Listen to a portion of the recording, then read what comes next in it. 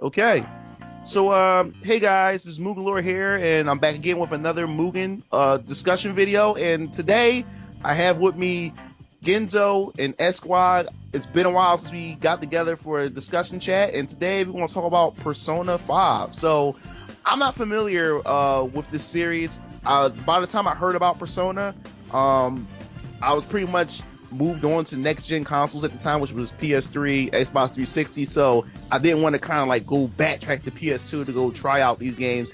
So first of all, I want to start off with Genzo. What do you think about Persona 5 with this new gameplay trailer that was revealed? Well, I wasn't sure what I was expecting going in, but I watched the trailer and it immediately blew my mind. Not really expecting anything, really. I was just expecting a little bit of dungeon crawl, and I wasn't expecting such character introduction. Mm-hmm. And the feel that I get from it, for whatever reason, part of it strikes me as, like, Cowboy Bebop. Mm-hmm. For Oh, whatever yeah, yeah. reason. I get that feel, and then I'm in love with the mascot for this game already because it's a cat. Like, let's go. I also get the feel that this game's going to be a little bit darker than Persona 4. It's going to kind of go back to a darker route like Persona 3 was, Mm-hmm. because the sneaking around and the fact that when they were in the dungeon, they were wearing costumes. So that kind of gave me like a superhero vigilante type feel from it. Okay, so yeah, Esquad, can you elaborate a little bit on why these guys are wearing like costumes and masks and stuff like that? Do you know anything about it? Well, from the first trailer that came out, it said the theme of the game was like releasing or breaking free of your bonds and your ties and things like that. I'm pretty sure that them wearing costumes and them essentially being criminals in the dungeon world has something major to do with the thematic elements of the game. Like Persona 3 was really thematic. Persona 4 was all about friendship and things like that, and the human spirit will prevail and things like that. Mm-hmm. I think Persona 5 is really going to drive home that main core theme of the game.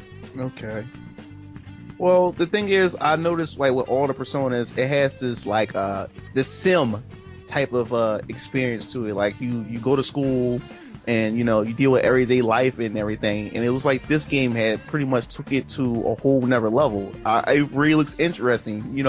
The main character sitting in the classroom and the girl taps him in his head because his head is resting down on the desk and stuff like that, and even walking around the subway and stuff, you should see the busy life going on. So what do you think about the whole simulation, that the innovation? You think it could be any more innovation behind this and any more ideas they can spin upon it? What do you think about it, Genzo?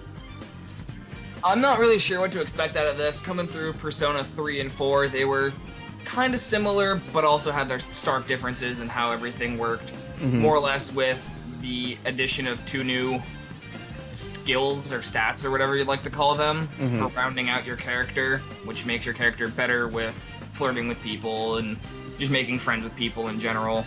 Because I know there's always certain characters, like you have to have max intelligence before you can start a social link with this character, and then the social links help your personas of that arcana that they match up with, and I think they're going to keep to that element pretty well, because that's well rooted already. Okay. I am very interested to see what they're going to do to expand on this and what skills or stats we're going to have for our character's personality and whatnot this time around. Mm-hmm. So, Esquire, I noticed in the how many characters were in Persona 2 and 3? 3 and 4. How many characters were that could be in your party in the previous titles? Well, recruitable characters or playable characters. There's Yeah. a few. You could always have 4 with you Uh-huh. at any given point, which is they showed that in the trailer. They had the main character, they had the blonde guy with the pipe, they had the cat girl with the mask on and stuff, and then they had the cat, which is that's very weird how they would have a cat girl and a cat. But you know what? I guess they really like cats today. I kind of more like got a Daredevil feel from her, but that's just me. Maybe they're really trying to play towards like the internet now. Like, oh, we got to get them in. How do we get them in? How do we get them to play this game? Cats. Put cats in.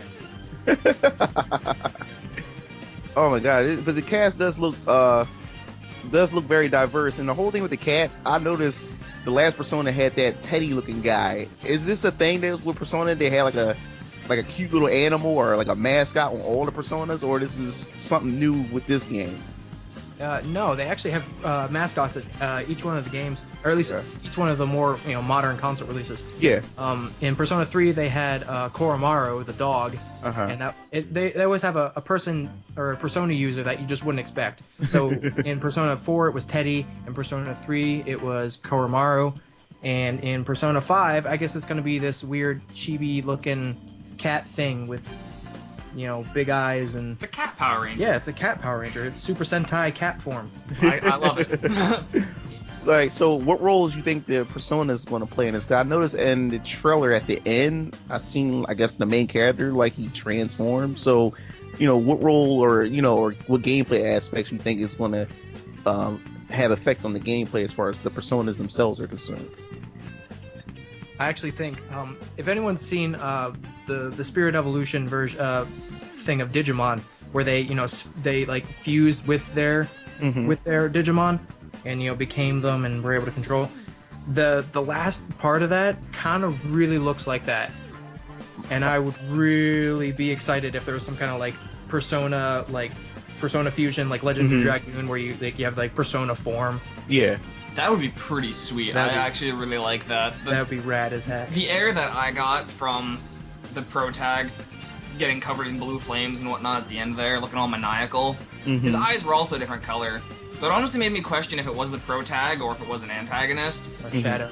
Yeah, or it could be a Shadow or whatnot. Or Bankai, you don't know with these people. Yeah, okay. Bleach tangent there. But... I'm not really sure what to expect. All I know is because my mind was in vigilante superhero mode, I saw him and the way his face lit up before it was completely covered. I'm like, tuxedo mask. We have blue fire, tuxedo mask, devil man, and I love it. Oh wow! And another thing about their Persona games, for me, another reason why I really didn't want to go back or kind of like skeptical to get into it, because it's like it has so much. As far as mechanics concerned, like, it has so much going on, and I'm afraid that, I don't know, this looks kind of intimidating, like the whole sim aspect, and you can get multiple different endings depending on certain things you do and stuff. So, is this something that, people who are hardcore, like Persona fans, is something that that alienate people who are not, familiar with RPGs? Will that alienate people, or is this still something that people can just get into? Period. If they just love RPGs and just anime in general. I think it's actually really easy to get into, because when you look at the whole thematic element of the Persona games in general, it's that choices matter. And I think with Dragon Age Inquisition, the game that came out, they were really striving for you make choices that actually matter in the long run. And with Personas, your decisions always matter. Everything that you do, everything that you don't do, affects post game, or at least it affects the ending. So people really like making decisions and having a thing. An influence on how the story plays out. Right. And that's exactly what you do, except with the Persona series, you have even more in-depth control of that, because it's not, someone guiding you on a railroad and you have to take, 2 different tangents. It's, what am I going to do today? I have to go to school. Who am I going to hang out with? Should I study? Should I do anything? It's living your life, but it's augmented reality. Oh wow, I didn't think about it that way. Well, that pretty much wraps everything up. Do you have any final thoughts or anything you want to say about the game? I was just gonna say that I stumbled across Persona 3 on YouTube way back right after it first came out, and I fell in love with it immediately, but I could never get my hands on it, and I kind of forgot about it until, honestly, the end of my freshman year of college. Oh wow. And so yeah, it would have been spring semester of 2013 there, and I got a PS3 and I was scrolling through the online store there and I saw Persona 3. I'm like, holy crap, I remember that game. I want it. Bought it for $10, hopped headfirst into that.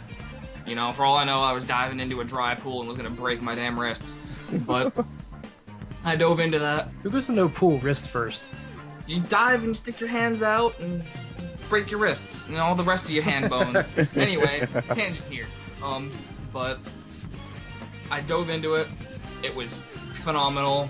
Things felt well paced. Things kind of held your hand enough, but didn't hold your hand too much, and you kind of had to feel things out for yourself and kind of figure out how it worked. And I really liked that, and I found it really easy to get into. And then next thing I know, about a month and a half later, 80 hours of my life's gone, and I beat the game, and I'm like, whoa. Mind blown. I need more of this right now. Picked up Persona 4. Wow.